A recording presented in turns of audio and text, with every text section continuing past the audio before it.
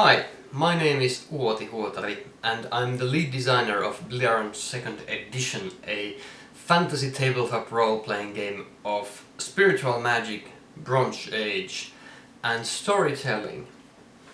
Now, what's it all about? We're talking about a tabletop role-playing game, a game where you sit around with few of your friends and each of you assumes a character.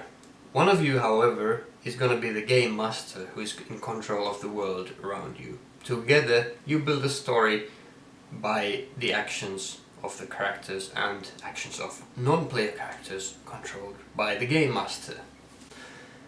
This game is about spiritual magic, and this means that the premise of the magic and the world is that everything is somehow made of spirits.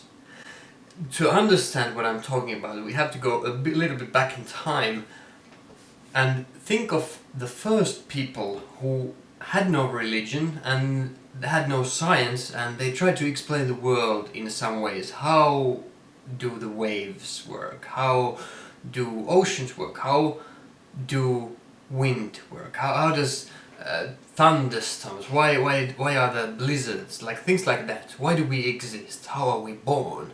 So they kind of try to figure out why that happens, and they do this by thinking that there's probably some supernatural force and it's probably all around us.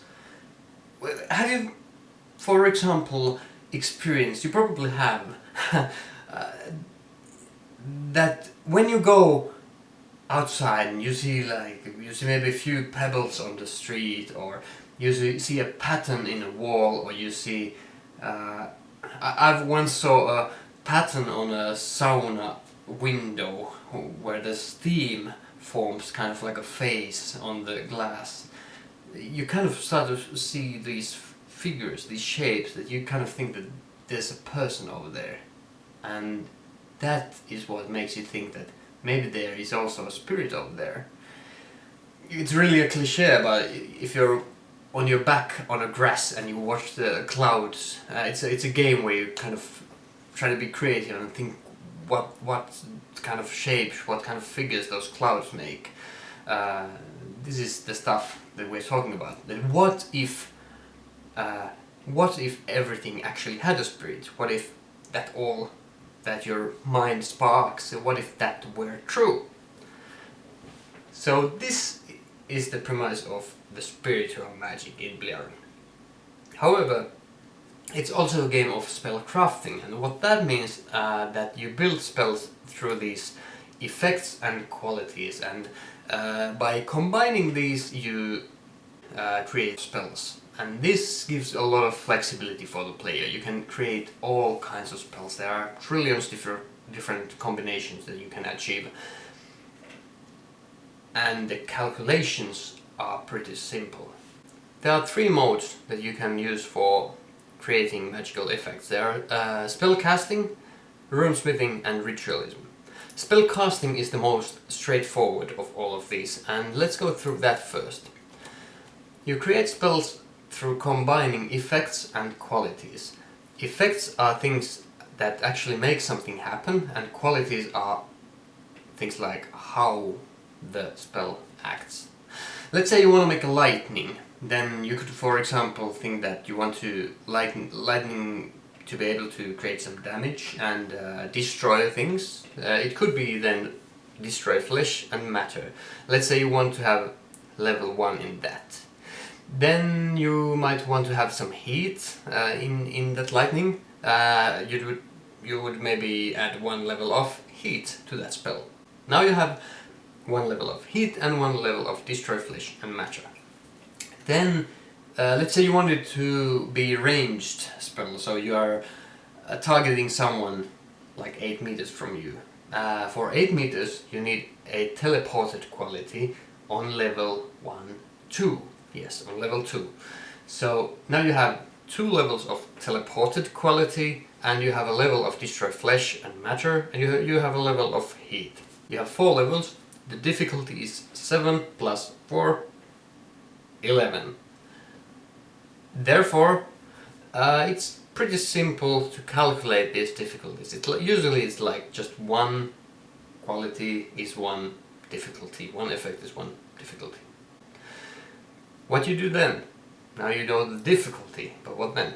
Okay, let's say we make a character from here.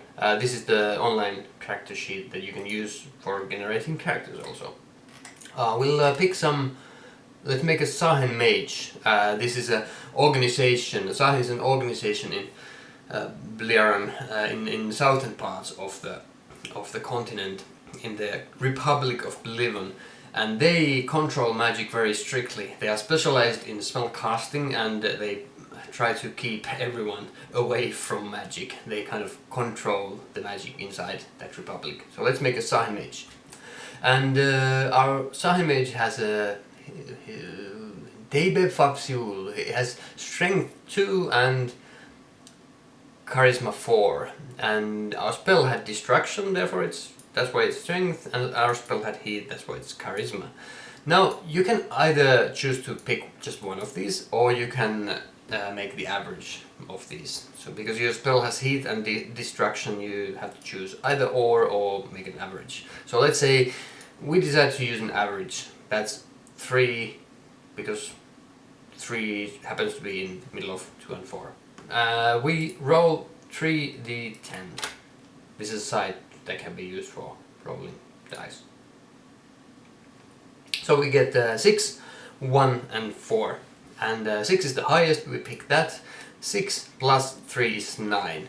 Therefore our result is 9. However, our spell difficulty is 11, so we don't succeed. Let's say this is a really bad roll, so let's say we roll again. We'd have 9 as the highest. 9 plus 3 is 12. Therefore 12 is more than 11, the difficulty, and you would succeed. If you succeed, the spell happens. You can create lightning anywhere 8 meters from you. If you fail, the game master would describe what happens with that lightning. It might hit yourself, it might hit some of your friends, it might just burst away, flying somewhere, anything could happen. The game master decides. Yeah, that's how spellcasting works. Runesmithing, on the other hand, is almost the same, but you can create items, you can create magical items, magical writings that command the spirits around you. And they are limited once per day use. If you want to make them twice per day, you can buy attribute source quality to make them twice per day, or quadruple times per day, or so further. But if you don't have it, it's once per day, then usually magic items have a conditional quality, which means that you have a condition that sets when the spell is unleashed. Which means you can create this lightning spell, for example, and add a condition that when somebody enters the room, the lightning strikes that person. So, pretty simple, one level condition, and you can do quite a whole lot of things with it. There are a few other things in runesmithing. Let me see. Yeah, over here. When you create these magic items, the difficulty is based on the material you use for the item, whether it's metal, rock, or whether it's inked, like tattoo or so. Then there's time of creation. Usually creating magical items takes time, but using them is instant. It's really easy. You can also add quirks, and why they are kind of like faults. So why would you do that if you want to create a magical item? You do that to decrease the difficulty of making the item, and therefore you can also decrease the time used in the spell. So if you really work around this system, you can actually make rune spells really fast. You can write into sand, for example, and if you make it quirky rune spell, like a little bit faulty, you can do it like almost instantly. Yeah, that's runesmithing. Ritualism is the most simple mechanically of these all. It's heavily about the storytelling part of the spiritual connection. How does it work? First, the ritualist describes the summoning of the spirit. You could, for example, want to make a healing ritual. You would have maybe you would have a patient somewhere, and you'd dance around the patient, maybe brew some tea and make the patient drink that tea, and you spread some herbs around the healing side and things like that. You describe what you're doing, what you're trying to achieve. You're trying to heal the person. Then you say how long do you do this, what's the time that you use for this whole ritual. The longer you use, the stronger ritual will be summoned. You also describe what kind of sacrifices you make. In the previous example, it was like dancing, it was tea, and there was some herbs around. That would count as a sacrifice.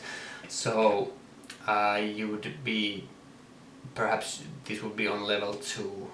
Sacrifice items of significance, if you use like some significant herbs or something like that. Yeah, it's really up to you to decide what this means. You can sacrifice animals, you can sacrifice humans also. You don't necessarily have to sacrifice humans. The idea is, however, that all souls have a strong power in them. So if you sacrifice an animal or human, then you will gain more power, and the spirits are pleased because you will be sacrificing more power to them. What happens after that? The game master will decide what kind of spirit answers your ritual, and if you've sacrificed enough, then you have one favor. You don't have to roll any dice, but the spirit will try to fulfill your favor. In the previous example, the spirit will try to heal your target. However, if you didn't sacrifice enough for that spirit, then the spirit might ask extra sacrifices for you, and that quite often turns out to be a quest. That often turns out to be a request for more sacrifices, and you have to do something in order to gain that stuff you can sacrifice. It could be, of course, just a quest. Maybe the spirit could ask you to do something for that spirit, and that's used for build story further. It's really like important part of ritualism, and no dice rolling in it at all. There are some cases when you might need to roll a die, but that's a whole different thing. If the ritual is disturbed, then you roll a dice. Yeah. If you don't have enough skill in ritualism, then you also can't control that spirit. Yeah. Okay, then we jump to Bronze Age and the world in general. So let's find the map over here. We are getting slowly into the cultures and regions also. So the most of the world is really sparsely inhabited, and there are not really many states. There's one republic in the south called Republic of Bliaron, and one kingdom in the north called Kingdom of Arton. And they both live in the Bronze Age. However, the rest of the world, the Outlands, is filled with tribes and nomad populations, different peoples with their own cultures, own habits, and they are kind of in the Bronze Age, but some of them haven't really invented any metal, and they are more like living in the Stone Age, really primitively. The cultural tensions and other tensions and conflicts in this world are there to boost your story, to create conflicts for your own story. For example, there could be a conflict between the Kingdom of Arton and Republic of Bliaron. It could be like war going on.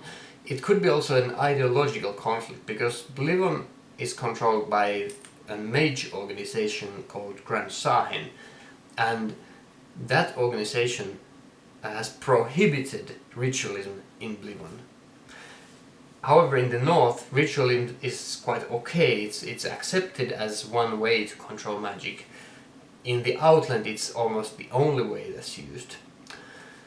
There are many kinds of conflicts, and one thing is cultural conflicts. So let's look at our character over here. This Sahin mage, well, yeah, obviously is religion is dogma of the Grand Sahin, and the culture is Bliaron, rural. So let's see what that means. There are different culture cards in this book, and each culture and each religion has its own directions. Dogma of the Grand Sahin is what most Sahin mages believe in. There are some player advice here. For example, for this one is when playing a believer of the dogma, think of all talk of spirits as a personal attack and be aggressive in denying or countering such allegations with your official truth. So the point is that you are really against, your player is really against this ritualists and also against black hands and all kinds of shaman nonsense. Then you were, this character was of rural Bliaron cultural background. So let's say what it says about that. Rural people feel inferior to urban city dwellers, often thinking that things are better in cities. Whether that's actually true or not, many rural youth have a secret wish to move to the city, but the tradition is to find a suitable profession in the local village. So I guess this character, as a Sahin mage coming from a rural background, has some sort of internal conflict, whether he wants to go to the city or wants to return back to the countryside. Probably conflicting between these two worlds, the city and the countryside. Yeah. So these cultures are often in conflict. For example, in this case there was a slight conflict between the urban and rural Bliaron. However, if you were a urban Bliaronese, then you would have a conflict with some nomad populations and other like tribal populations. You're kind of wary and threatened by other cultures. This is all to boost the story and create interesting themes for your play. So that concludes the 15-minute introduction. I think it's a bit over 15 minutes, but you can buy it from Drive Through RPG. It's over there. You can.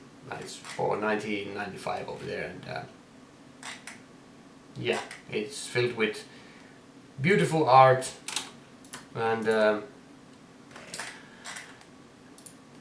there should be anything.